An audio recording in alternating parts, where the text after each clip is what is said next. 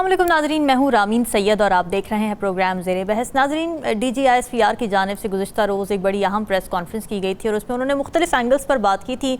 एक तो सबसे बड़ा एंगल जो उन्होंने बताया वो इसी बात को दोहराया उन्होंने कि फ़ौज का सियासत से कोई ताल्लुक़ नहीं है, किसी किस्म की कोई मुदाखलत नहीं की जाती, और ये भी कहा कि ना हमारा कोई सियासी एजेंडा है, ना ही हम किसी सियासी जमात के मुखालिफ हैं और ना ही हम किसी सियासी जमात को सपोर्ट करते हैं। यानी एक तो उन्होंने न्यूट्रलिटी का इज़हार किया।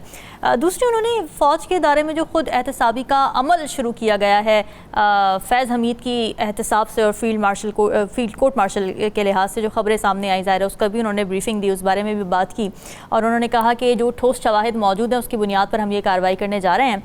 लेकिन साथ ही उन्होंने ये भी कहा है कि इस केस में जो भी मुलव्विस हो, ये बड़ी इंपॉर्टेंट बात है कि इस केस में जो भी मुलव्विस हो, खा उसका कोई भी ओहदा हो या कोई भी हैसियत हो, उसके ख़िलाफ़ भी कार्रवाई की जाएगी। तो अब यहाँ पर सवाल ये खड़ा हो गया कि क्या ये इशारा बानी तहरीक इंसाफ यानी इमरान खान की तरफ है, क्योंकि उनके भी मिलिट्री ट्रायल के हवाले से खबरें गर्दिश कर रही थी। ख्वाजा आसिफ साहब ने एक दफ़ा कहा कि उनका मिलिट्री ट्रायल होगा मगर ओपन ट्रायल होगा, इस तरह की उन्होंने स्टेटमेंट्स दी सामने आई। दूसरी तरफ उमर अयूब साहब की स्टेटमेंट ये सामने आई कि उनका मिलिट्री ट्रायल हो नहीं सकता, वो सियासी कैदी हैं और जस्टिफाइड नहीं है कहीं पर भी।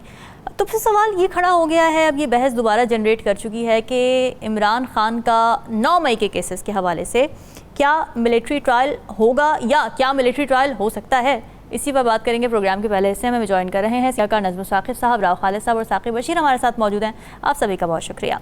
नज़्म साकिब साहब, क्या लगता है आपको कल के जो स्टेटमेंट्स हैं DGISPR की, नाम उन्होंने बेशक नहीं लिया, लेकिन आपके नज़दीक इम्पॉर्टेंट टेक अवेज़ क्या हैं, ख़ास तौर से इमरान खान के मिलिट्री ट्रायल के हवाले से आपको क्या सिग्नल्स मिले?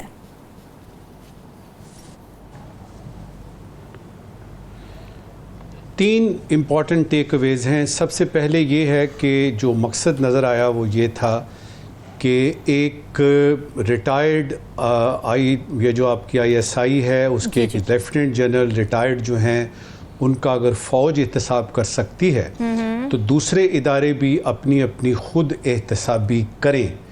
ये मेरे नज़दीक उसके पूरे की जो टॉप मोस्ट आपका टेक अवे था वो ये था। दूसरा टेक अवे ये था कि एक दफ़ा फिर बताना पड़ गया कि सियासत से हमारा कोई ताल्लुक़ नहीं है। तीसरा ये बड़ा ज़रूरी था, वो ज़ाहिर है उसमें आपकी वो जो आपके डिजिटल टेररिस्ट हैं या वो जो इस दहशतगर्दी का हिसाब किताब है वो तो स्टैंडर्ड यानी आपके टॉकिंग पॉइंट्स हैं। तीसरा ये था जो आपने अभी बताया है कि उसमें उन्होंने ये नहीं कहा कि खान पे होने लगा है मिलिट्री ट्रायल या खान पे ट्रायल नहीं हो सकता। उन्होंने कुछ ऐसी बात की बड़े मोहतात अंदाज में, बड़े यानी यूँ समझिए कि केयरफुली वर्डेड अल्फाज में उन्होंने कहा कि हो भी सकता है और शायद ना भी हो, लेकिन अभी हम देख रहे हैं। यहां से बात मैं शुरू करूंगा कि 9 मई तो हुए हुए काफ़ी अरसा नहीं हो गया, तो दो चीज़ों की कमी मुझे उसमें नज़र आई जिसकी वजह से ट्रायल अभी तक नहीं हो सका। पहली कमी थी कि शायद कुछ एविडेंस ऐसा है जिसकी ज़रूरत है। अब आइए इस कोर्ट मार्शल की तरफ जो कि जनरल फैज़ हमीद का हो रहा है कि शायद वो पूरी तरह से बात बन नहीं रही थी या वो केस इतना मजबूत था नहीं तो उसका वेट करना था। अच्छा। और इसीलिए बहुत सारे लोग जो PTI के हैं वो डरे हुए हैं और इसीलिए वो ये जो 9 मई का घोड़ा है उस पर हुकूमत वक्त सवार है और उनके तमाम मिनिस्टर इसको ऐसे कर रहे हैं जिस तरह पता नहीं कोई शादियाने बजेंगे या कोई खुशी की बात होगी। ये तकलीफ़ और दुख की बात है। आप एक फॉर्मर प्राइम मिनिस्टर की बात कर रहे हैं। देखिए, जहाँ तक ताल्लुक़ है ना इसका, मैं अगर आपको अपना तज्ज़िया बताऊँ जी कि हुकूमत वक्त और वज़रा को देखें तो 100% हो रहा है ये मिलिट्री ट्रायल। ठीक है। अगर आप DGISPR की प्रेस कॉन्फ्रेंस को देखें तो 50-50, 50-50 है। अगर आप जेल के अंदर से आई हुई आवाज़ें सुनते हैं या आपको इनका PTI का कोई लीडर बताता है तो वो खौफ में हैं और उनको यूँ समझ लीजिए कि 70-75 अंदेशा है। वो वेट तो नहीं कर रहे इसका, उनके अंदेशे जो हैं वो ये कह रहे हैं कि शायद होगा।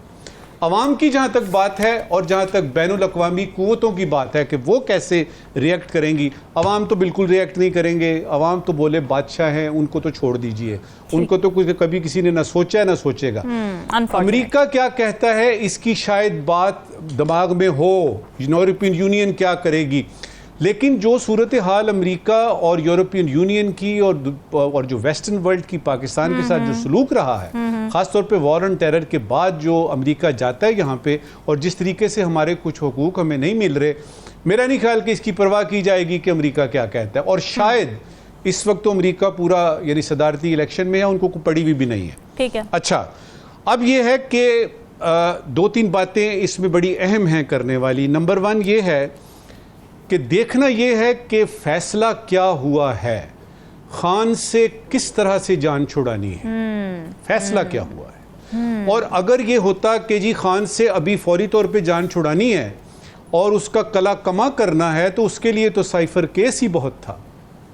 Right. Cipher case, official secret act, उसके तो हिसाब किताब ही डिफरेंट थे। हाँ। उसमें मजबूत केस था, उसमें से हमने देखा कि खान निकल आया। फिर जहां तक बात है कि जी एक मिलिट्री ट्रायल कोर्ट जो है उसमें शायद पता नहीं क्या हो जाएगा। और बाबा उसमें भी वो देखिए, जब उन्होंने ये कहा ना, वो जो आपके यदि डायरेक्टर जनरल है ISPR के कि फौज का सियासत से कोई ताल्लुक नहीं, तो मुझे उसमें से ये भी मैसेज मिला कि ये वाला है ना केस, ये जो मिलिट्री ट्रायल वाला, इसको आप सियासत के अंग से ना देखें, इसको आप सियासत के रंग से ना देखें, इसको देखें कि वो एक बहुत बड़ा वाकया जिस पे फौज के अलावा आपके अवाम ने भी उसका यानी रद्द अमल दिया, उस पे ये कानून के मुताबिक चलेंगे। अब मुझसे अगर आप इस वक्त की आखिरी बात पूछती हैं, मुझे ये है कि ये ट्रायल कोर्ट जरूर होगा अगर फैसला हो गया है कि खान से परमानेंटली जान छुड़ानी है। राव खालिद साहब, आप अग्री करते हैं इस बात से, एस्टैब्लिशमेंट और खान के ताल्लुकात के हवाले से आपको इस प्रेस कॉन्फ्रेंस से क्या कोई मैसेज, क्या कोई सिग्नलिंग मिली?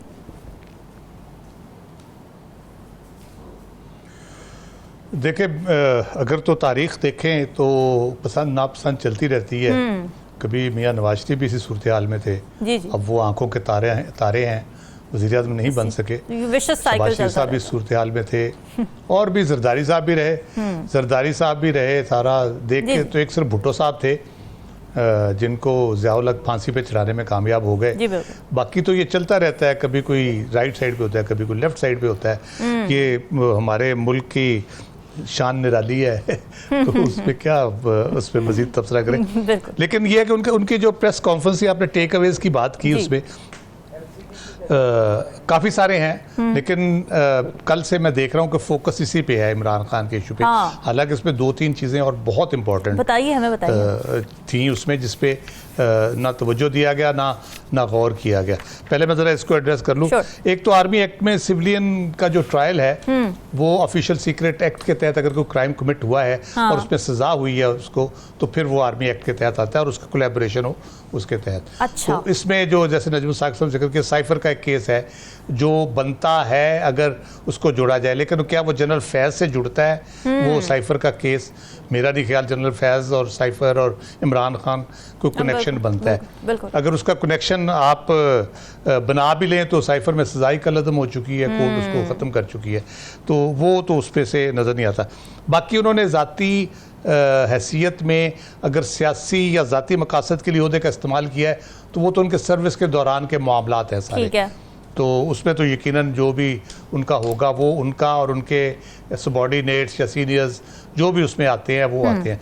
अगर उसमें प्राइम मिनिस्टर को एज प्राइम मिनिस्टर जब थे इमरान खान उसको लेके आते हैं, तो फिर सुप्रीम कोर्ट हमें बताती है कि जब भी प्राइम मिनिस्टर के किसी एक्ट के हवाले से बात होगी तो that is collective responsibility of the cabinet of Pakistan, तो वो उसमें हम जाएंगे।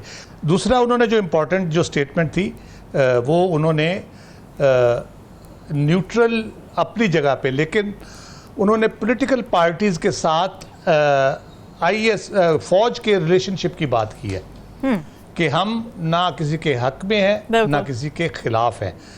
गवर्नमेंट के साथ जो एक रिलेशनशिप एज इंस्टीट्यूशन उनका होता है वही होता है, आइन और कानून के अंडर जो होता है वो, उसमें उसको आप न्यूट्रलिटी से भी कर सकते हैं, उसको आप कौमी जो आर्मी एक्ट में भी ये बयान है, नेशनल इंटरेस्ट में, नेशनल कंस्ट्रक्शन में, कौमी डेवलपमेंट में, नेशनल डेवलपमेंट में वो अपना रोल गवर्नमेंट की हिदायत के मुताबिक वो अदा करते हैं और ये उनकी अंडर द लॉ ड्यूटी है, आर्मी एक्ट के तहत भी, कॉन्स्टिट्यूशन के तहत भी, वो उन्होंने बयान की।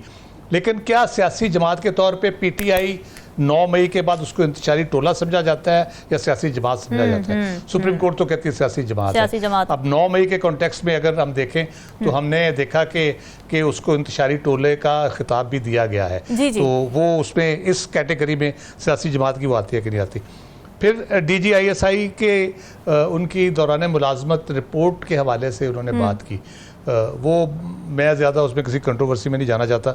जनरल हमीद गुल साहब से किसी ने पूछा था कि DGISI किसको जवाब दे होता है, उन्होंने कहा जिसने उसकी ACR लिखनी होती है और जिसने उसे प्रमोट करना होता है उसको वो जवाब दे होता है। तो टेक्निकली तो वो प्राइम मिनिस्टर के अंडर होते हैं, लेकिन ऑब्वियसली वो बॉस उनके जो हैं वो आर्मी चीफ ही होते हैं और उन्हीं को वो रिपोर्ट करते हैं। अफ़गानिस्तान से ताल्लुकात के हवाले से बहुत पॉजिटिव स्टेटमेंट थी। पहली दफ़ा मैं समझता हूँ नजम साकिब साहब तायद करेंगे कि बड़े अरसे बाद अफ़गानिस्तान के हमारी तरफ से ठंडी हवाएं गई हैं उधर, और उसमें उन्होंने कहा है कि जो लोग हमारे और अफ़गानिस्तान के ताल्लुकात को ख़राब करना चाहते थे, रखना डालना चाहते थे, उनको मायूसी होगी। हमारे और अफ़गानिस्तान का जो ताल्लुक है वो किसी की, लेकिन आपको लगता है कि ये एक बैलेंस्ड अप्रोच भी है, क्योंकि एक तरफ फितनाल खारिज की बात भी हो रही है ज़ाहिर है साथ साथ, और दूसरी तरफ अगर ये स्टेटमेंट भी आ जाती है अफ़गानिस्तान के साथ अच्छे ताल्लुकात की भी, तो एक बैलेंस्ड अप्रोच अब नज़र आ रही है आपको लगता है?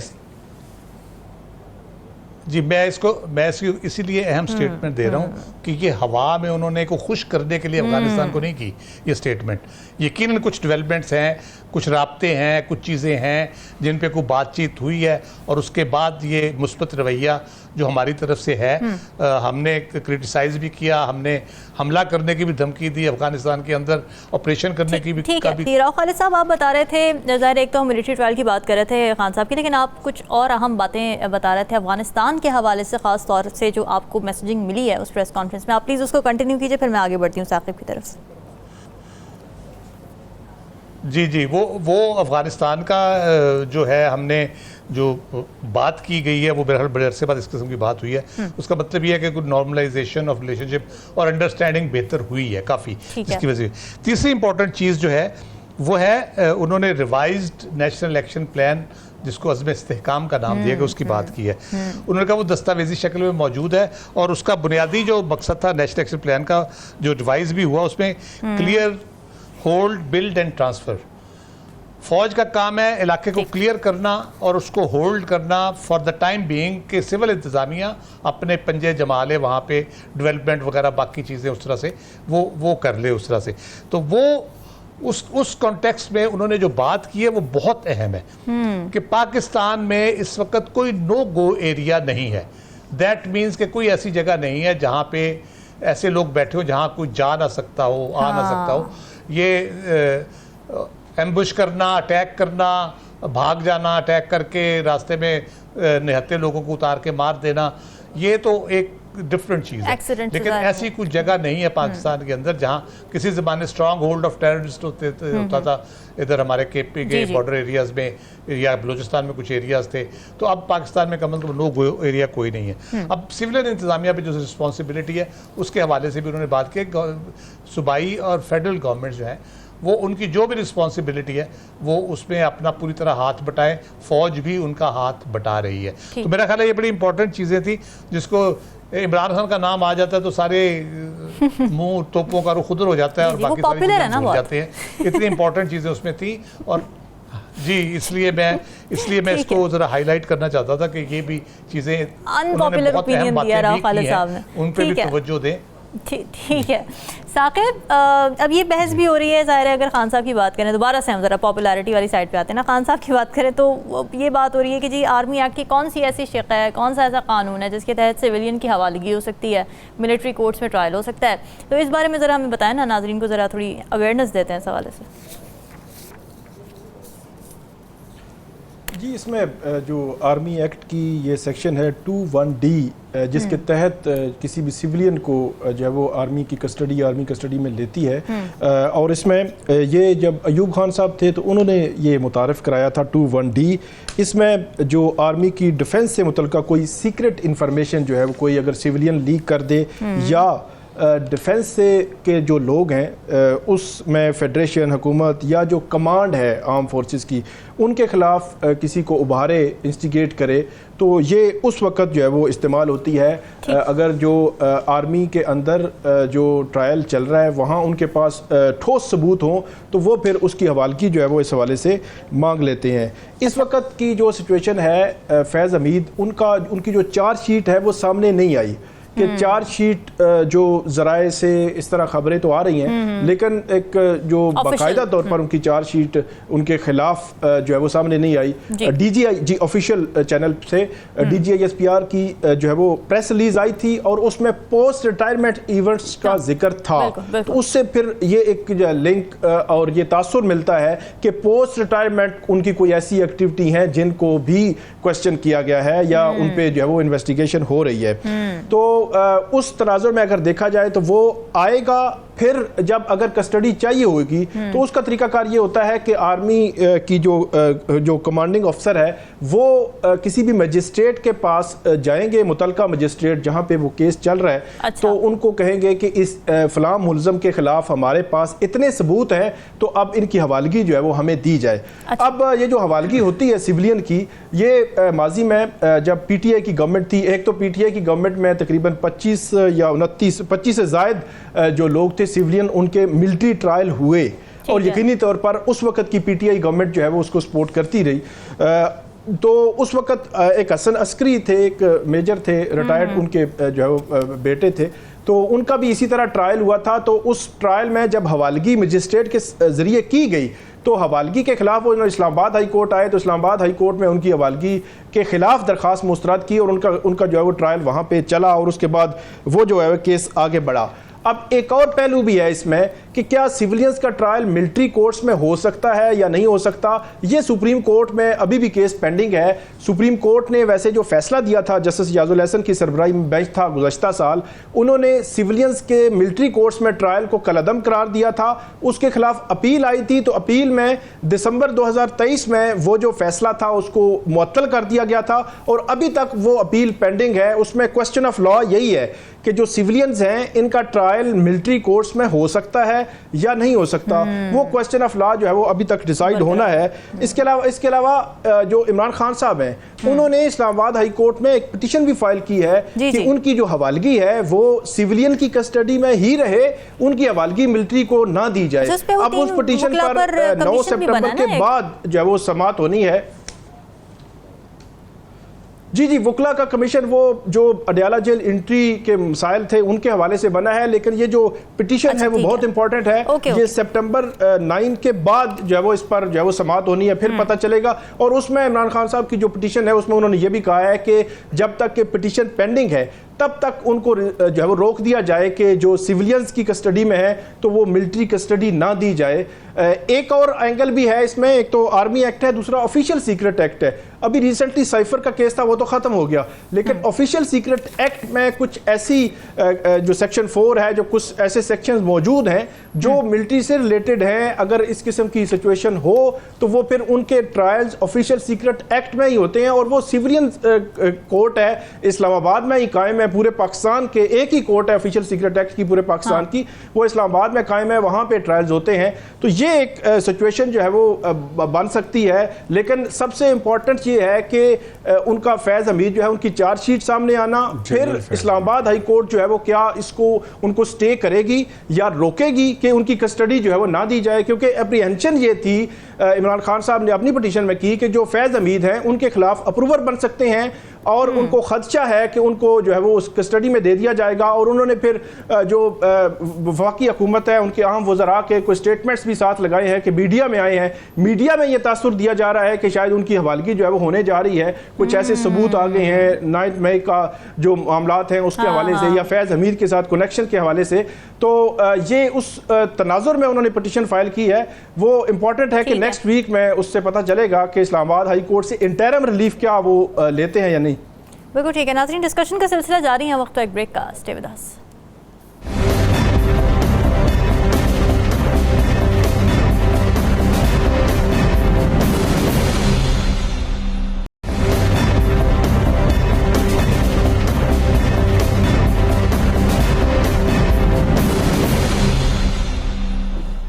वेलकम बैक नाज़रीन। पीडीएम के दौर में कुछ नैब तरामीम नैब कानून में इंट्रोड्यूस करवाई गई थी, जिसमें नैब की जुरिस्डिक्शन को कुछ लिमिट किया गया था। नैब तरमीम बिल 2022 के तहत ये कुछ चीज़ें डिसाइड हुई थी कि नैब 50 करोड़ रुपए से कम की करप्शन केसेस की तहकीकात नहीं कर सकेगा। फिर एहतसाब अदालत के जजेस की तकर्री से मुतालिक जो सदर का इख्तियार था वो भी वापस लेकर वफाकी हुकूमत को इख्तियार दे दिया गया था। फिर ये भी कहा गया था कि नैब वफाकी, सूबाई या मकामी टैक्स के मामलात पर कार्रवाई नहीं कर सकता। और इसके अलावा ये भी कहा गया था कि नैब किसी भी मुल्ज़िम का ज़्यादा से ज़्यादा 14 दिन का रिमांड ले सकता है, जो पहले 90 दिन होता था। अब हुआ ये कि बानी पीटीआई ने इन तरामीम को चैलेंज किया, ये कह कर के ये तरामीम कानून और फंडामेंटल राइट्स के ख़िलाफ़ हैं। उनकी अपील पर पिछले साल 15 सितंबर को साबिक़ चीफ जस्टिस उमर अता बंदयाल ने इन तरामीम को कलअदम करार दे दिया था। फिर ये हुआ कि बाद में इस फैसले को चैलेंज किया गया हुकूमत की जानिब से, और उस पर सुप्रीम कोर्ट की जानिब से आज फैसला आया है और इन तरामीम को बहाल कर दिया गया है, ये कहकर कि बानी पीटीआई साबित नहीं कर सके कि नैब तरामीम गैर आइनी है, और ये कि सुप्रीम कोर्ट को कानून साजी की हर मुमकिन सूरत में बरकरार रखना चाहिए। फिर ये भी बड़ी इंपॉर्टेंट बात की कि आइन में अदलिया और मुकन्ना का किरदार वाज़ेह है। अदलिया और मुकन्ना को एक दूसरे के दायरा कार में मुदाखलत पर निहायत एहतियात करनी चाहिए। तो राव खालिद साहब, पीटीआई इस फैसले को एनआरओ कह रही है, क्योंकि उनके ख्याल में, और ये इस बारे में रिपोर्ट भी हुआ, एनालिसिस भी हुआ, आर्टिकल्स भी छपे, कि जो तरामीम इंट्रोड्यूस करवाई गई थी पीडीएम के दौर में, उससे नून लीग और पीपल्स पार्टी के बहुत सारे अहम रहनुमा, जिनमें नवाज शरीफ शामिल है, जिनमें शहबाज शरीफ शामिल है, जिनमें आसिफ अली जरदारी शामिल है, उन सबको फ़ायदा हो रहा था, बेनिफिशरी थे। आप अग्री करते हैं इस बात से? ये ठीक बात थी पीटीआई की?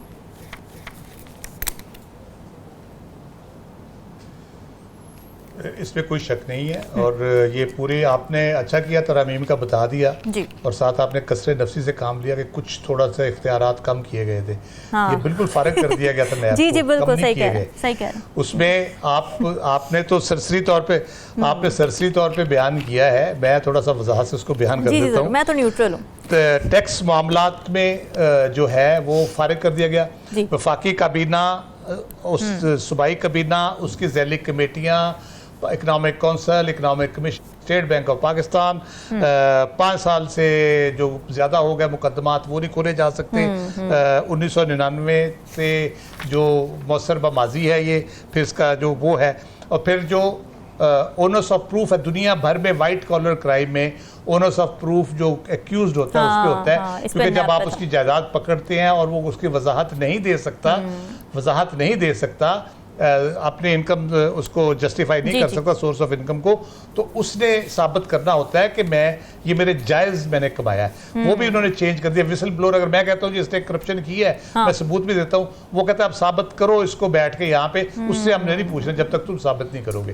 और 14 दिन के रिमांड की आपने बात की, मेरे ख्याल दोबारा इन्होंने खुद अमेंडमेंट करके 40 कर दिया था उसको, क्योंकि इमरान खान साहब पे लागू हो रहा था जी, उसको 40 डेज किया था उसको दोबारा से, तो वो क्या। हाँ जी, अच्छा, फिर दूसरी वजह ये है, आपने ये अच्छा किया बता के, क्योंकि मैंने पूरा फैसला पढ़ा है काजी फायज साहब का, उसमें कोई बड़े से बड़ा कानूनदान मुझे पढ़ के बता दे कि कौन सी तरामीम के बारे में ये फैसला है, क्या तरामीम थी और उनकी क्या वजह थी कि वो दुरुस्त है और उनमें क्या लॉजिक है। ज़ाहिर है एक फ़ैसला आप तरामीम पे कर रहे हैं तो आपको बताना तो चाहिए ना कि भाई ये बहुत अच्छी तरामीम है, ज़बरदस्त, क्या बात है। अच्छा, इसमें उन्होंने जनरल मुशर्रफ साहब के खूब लत्ते लिए हैं जी जी, कि उनको कानूनी और आईनी उन्होंने अपने आप को एम्पावर कर लिया। शायद ये भूल गए कि उस वक्त सुप्रीम कोर्ट ने उनको बगैर मांगे आइन में तरमीम का इख्तियार दे दिया था। जफर अली शाह केस है, इतना मशहूर केस है वो, जो मार्शल चैलेंज हुआ था। सुप्रीम कोर्ट उन्होंने कहा करते जी इसको लेजिटिमेट कर दे, शरीफुद्दीन पीरजादा साहब थे, और जब उन्होंने लेजिटिमेट किया उसको, मार्शल को जो उन्होंने जवाज बख्शा, तो आखिरी लाइन में उन्होंने कहा जी अगले 3 साल वो आइन में कोई भी तरमीम कर सकते हैं, और खुद पीरजादा साहब परेशान थे कि जी बिल मांगे भी हमें बहुत कुछ मिल गया। तो ये सुप्रीम कोर्ट ने उसको इंडोर्स किया था। आप उसके पार्लियामेंट का इख्तियार है उसको पास करना, कानून को या ना पास करना, वो अपनी जगह पे है। तो लेकिन इसमें जस्टिस बंदियार और इजाजुल हसन साहब और मंसूर अली शाह साहब ने अगर उसको अपने नुक्ता नज़र से देखा है तो उनको जिक्र करना उनका इस तरीके से कि वो थोड़ा सा यानी ज़रा बैड सेंस में चली जाती हैं चीज़ें, कि आप ब्रदर जजेस के बारे में भी कमेंट कर रहे हैं। मैं कह रहा हूँ कि आप पूरा पढ़ लें वो, हाँ, उसको फैसले को, आपको बिल्कुल पता नहीं चलेगा कि इस कानून में क्या गड़बड़ थी, कहाँ खराबी थी। और उसके बाद अब नैब तो तकरीबन फारग हो गया, मेरा ख्याल इसको बंद कर देना चाहिए, क्योंकि इसमें कोई शक नहीं ये पॉलिटिकल इंजीनियरिंग के लिए इस्तेमाल होता रहा है। बिल्कुल ठीक है। और हमने पॉलिटिकल इंजीनियरिंग से उसको रोकने की बजाय हमने सियासतदानों को रगड़ा लगाने को इंडोर्स किया कोर्ट्स ने, या उनको बरी करने के लिए इंडोर्स किया। अच्छा, अब नैब का अपना एहतसाब जो है ना वो बिल्कुल नहीं होता, आपको पता है, उसके बिल्कुल उसके बारे में पूछता भी नहीं है कि उसके अंदर क्या कुछ चल रहा है। 3-4 चीजें मैं बता देता हूँ उसमें। एक तो जो वो रिकवर करते हैं, जो भी अमाउंट रिकवर करते हैं वो नैब के अकाउंट में रखी जाती है। भाई क्यों? उस पर जो इंटरेस्ट होता है उसका कोई जिक्र नहीं होता, वो कहाँ जाता है उसका किसी ने बताया आपको कि कहाँ जाता है? फिर नैब के अंदर जो जितनी भी भर्तियां हुई हैं उसके ऊपर क्राइटेरिया कोई नहीं है, उसमें बस एमए इंग्लिश वाला भी है, एमए पश्तो वाला भी है, किसी और ज़बान में किसी ने एमए किया हुआ है वो भी है। फिर प्रमोशन का क्राइटेरिया ये है कि नायब कासद और क्लर्क जो है, स्टेनो जो है, वो तरक्की करके डिप्टी डायरेक्टर और डायरेक्टर हो चुके हैं उसके। अच्छा, अब मुझे बताएं कि वो क्या यानी उनके पास एक्सपर्टीज होगी।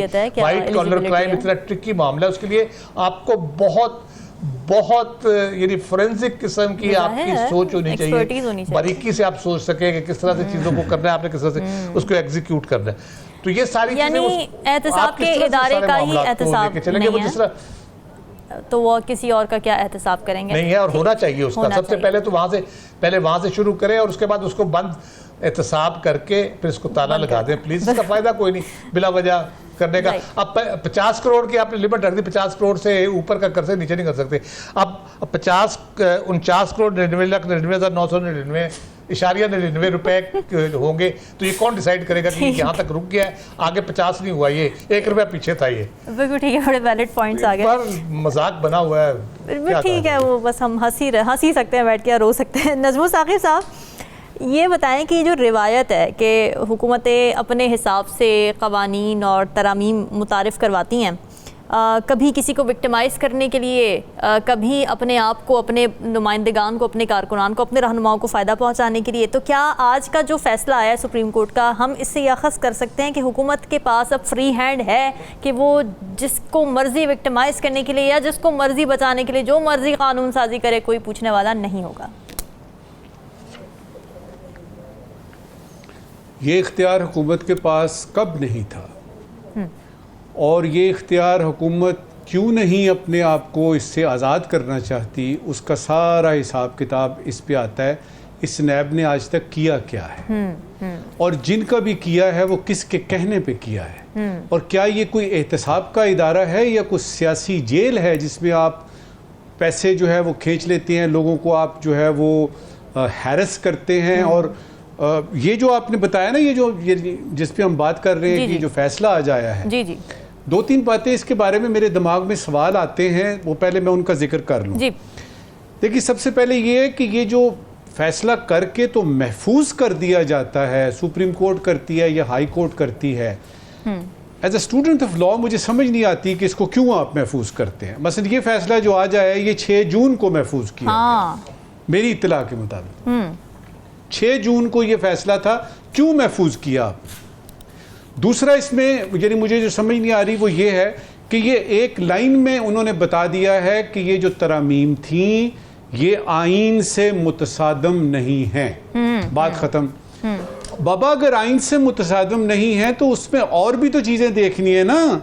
देखिए ना, आप सुन्नी इत्तेहाद कौंसिल की वो सारी वो देख रहे थे केस, और उसमें आपने पीटीआई को आपने कर दिया, रिलीफ दे दिया और उसको सियासी जमात तस्लीम कर लिया। तो बाकी चीज़ों को भी फिर तो आप देख सकते थे ना। और उसमें सिर्फ तरामीम की था कि उसकी जो जिस्ट है वो क्या थी। ये 2 सवाल। ठीक, देखिए, जहाँ तक करप्शन की बात है ना, तो जो करप्शन कर रहा है, मैं ये नहीं कह रहा कौन कर रहा है, जो करप्शन कर रहा है, क्या वो अगर हुकूमत में आएगा या उसके पास इख्तियार होगा तो वो करप्शन बंद करने के लिए कुछ करेगा कि नहीं करेगा? मुन्नू भाई की वो पंजाबी की नज़म जो है ना, वो यूट्यूब पे पढ़ी है, सुन लीजिए। एहतसाब दे चीफ कमिश्नर साहब बहादुर, चोरां डाकुआं कातलां कोलों, चोरां डाकुआं कातलां बारे की पुछ दियो। तो उसमें ये बड़ा सीधा सा, और ये सबको पता है। इस वक्त की आखिरी बात देखिए, नैब का ये जो आया है तरामीम बहाली, ये वो कहते हैं NRO 2 है, मुझे समझ नहीं आ रही कि पीटीआई वाले जो हैं वो सुप्रीम कोर्ट की इज्जत अपने हक में फैसला आए तो क्यों करते हैं। दूसरी तरफ मखसूस नशिस्तों का फैसला आया था तो वाह वाह थी जी, कमाल कर दिया आपने।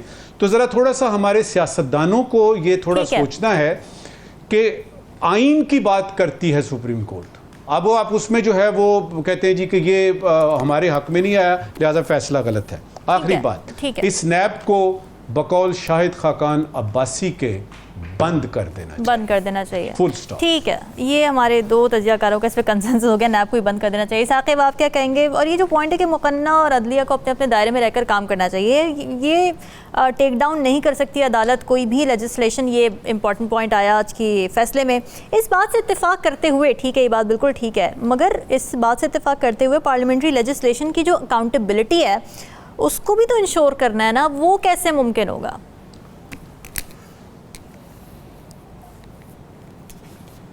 वो तो सुप्रीम कोर्ट कह रही है कि अगर कोई भी गैर आइनी अगर कोई कानून साजी ना हो तो फिर जो है वो जो विजडम है जो मुंतखब नुमाइंदों का पार्लियामान का, फिर उसी पे आपने रिलाई करना है, उसी पे रहना है, उससे बाहर जो नहीं जाना। और ना ही कोई गेट कीपर आप बन सकते हैं, अदलिया, जजेस, चीफ जस्टिस, वो तो बिल्कुल उन्होंने क्लियर कर दिया है कि सिर्फ हम तब भी कानून साजी को देखेंगे जब गैर आइनी उसमें कोई मामला हो। 3-4 चीज़ें हैं इसमें। एक तो आज का जो फैसला है उसमें मुख्तसरन 4 पॉइंट्स हैं। एक तो उन्होंने कहा है कि इमरान खान साहब जो है वो अपनी नेक नीति साबित नहीं कर सके। उसमें उन्होंने हवाले दिए हैं 2019, 20, 21 में जो आर्डिनेंस आते रहे नैब के, वो इसी तरह की जो तरमीम हुई है, तो इसी तरह की जो है वो अमेंडमेंट्स थी जो ऑर्डिनेंस आते रहे। इसके अलावा इसमें यह कहा गया है कि बुनियादी हुकूक की खिलाफ वर्जी नहीं हुई, कि जो पहले जो फैसला था उसमें यह कहा गया था बुनियादी हुकूक जो है वो वायलेट हुए हैं। इसके बाद सुप्रीम कोर्ट वही बात के आईनी खिलाफ वर्जी के अलावा सुप्रीम कोर्ट जो है वो नहीं देख सकती। हाई कोर्ट में मामला पेंडिंग हो तो सुप्रीम कोर्ट जो है वो नहीं देखेगी। ये अलग से उन्होंने एक टेक्निकल पॉइंट और जनरल मुशर्रफ के हवाले से कि उसका बनाया हुआ कानून है, उसके हवाले से जो है वो ये बात जो है वो तफसील के साथ हुई। अब इसमें कौन कौन से कवानीन जो है वो नैब तरामीम हुई कौन सी हैं? एक तो जो 50 करोड़ से कम का दायरा इख्तियार नहीं नैब का, इसके अलावा वफाकी सूबाई हुकूमतों की जो काबीना की मंजूरी है वो उसको प्रोटेक्शन है। इसके अलावा जहां का जुर्म वहां का ट्रायल, सदर आसिफ अली जरदारी, इसके अलावा फेक अकाउंट्स केस और ये सारे कराची के केसेस थे तो इस्लामाबाद में इनके ट्रायल जो है वो चलते रहे हैं। इसके अलावा जो मुख्तलिफ जो है वो चीज़ें बताई गई हैं कि रेफरेंस बदनीति का बुनियाद पर होगा तो 5 साल सज़ा होगी। इसी तरह पब्लिक स्टेटमेंट जो है वो नैब नहीं दे सकती। जो अमेंडमेंट्स जो है वो आज ऑन फील्ड आ चुकी हैं, नैब ने फैसला किया है कि इन केसेस को या एंटी करप्शन को आगे बढ़ाएंगे। वक्त ब्रेक कर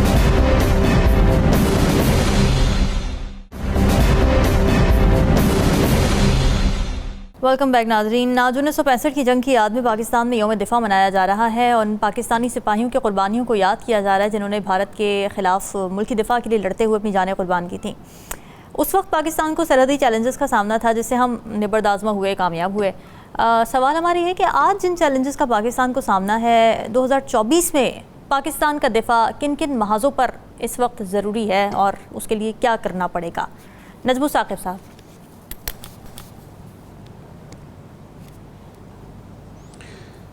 देखिए रामीन, 9 सितंबर 1965 और 9 सितंबर 2024 में ज़मीन आसमान का फ़र्क है। मैंने 4-5 पॉइंट्स लिखे हैं, आपके नाजरीन के साथ शेयर करता हूँ। देखिए उस वक्त जंग का महाज कोई होता था कि इस महाज पे जंग हो रही है। आजकल बाउंड्रीज ही नहीं है, कोई पता ही नहीं है कहाँ से कौन सा महाज है जिस पे जंग हो रही है। उस वक्त जनूबी एशिया न्यूक्लियर नहीं था, आज न्यूक्लियर है और ये एक बहुत बड़ा सब्जेक्ट है कि उससे क्या फ़र्क पड़ता है दिफा के हिसाब किताब। उस वक्त टैंक बंदूकें थीं, आजकल मिसाइल हैं और आजकल स्टेट ऑफ द आर्ट जो है वो आपका है।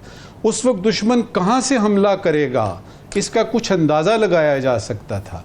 आजकल के हालात में ये जो डिजिटल आपका टेररिज्म है या दहशत गर्दी जो है इसमें पता ही नहीं है, आप अंदाज़ा भी नहीं लगा सकते। आपकी इंटेलिजेंस एजेंसियां जो हैं वो सारा दिन लगी रहती हैं, फिर भी आपके ये वाक़यात हो जाते हैं। उस वक्त सोशल मीडिया नहीं था, आजकल सोशल मीडिया है तो चैलेंजेस जो हैं वो और उन्होंने शक्लें अपनी डिफरेंट कर ली हैं। उस वक्त सोशल मीडिया ज़ाहिर नहीं था, तो वो ताकत जो है वो यानी इस वक्त मौजूद है। उस वक्त जंगों के कुछ उसूल थे।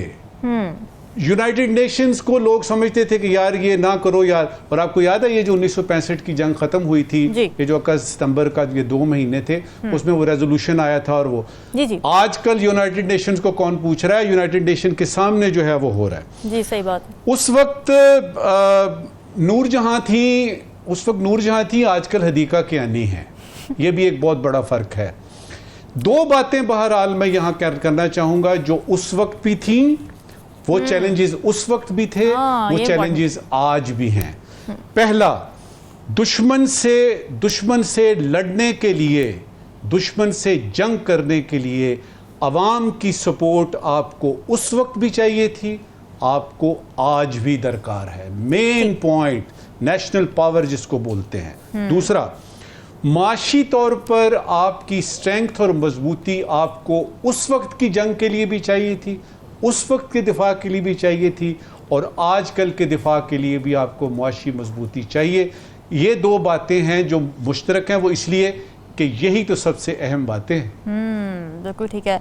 राव खालिद साहब, ज़ाहिर है अब जो पावर होती है वो इकोनॉमिक पावर के तौर पर ही देखा जाता है। अगर वो उसमें आप पावरफुल हैं तो आप हर महाज पे पावरफुल हैं। मुआशी जंग में हम कितने पीछे हैं आपकी नज़र में? देखिए बड़ी डायनामिक्स चेंज हो गई हैं सारी। जैसे साहब ने बड़े अच्छे तरीके से बयान किया कि हर जगह पे तब्दीली आ गई है। उस पर मुआशी ताकत बनने के लिए आपने कभी कोशिश नहीं की। असल तो हमारा तो प्रॉब्लम यही रहा है कि हमने कोई कोशिश उस तरफ की ही नहीं। नो डाउट हमने 65 की जंग का जो उसके नतीजे में हम जीते और उसके बाद, लेकिन हम जिन चीज़ों में फंस गए उसकी वजह से कि ये एक हमारे साथ हो सकता है दोबारा भी कि लाहौर जिमखाना में वो शराब पीने के ख्वाब लेके चले थे जो हमने नाकाम किए, लेकिन ये दोबारा भी हो सकता है। उसके बाद हमने पर्टिकुलरली जो है अपनी जो डिफेंस पावर है उसको बढ़ाने के लिए उसमें बहुत ज़्यादा इन्वेस्टमेंट भी की और कामयाबियाँ भी की, उसमें न्यूक्लियर पावर भी बने हम। लेकिन असल चीज़ ये है कि हमें इकोनॉमिकली, हमने रूस को देखते, जब तक आप इकोनॉमिकली स्ट्रॉन्ग नहीं होंगे तो आप सरवाइव नहीं कर सकते। आप भले जितने मर्जी मिसाइल रख लें, आप टैंक तो जहाज जो मर्जी रख लें आप, तो आप उस तरह से कामयाब नहीं हो सकते।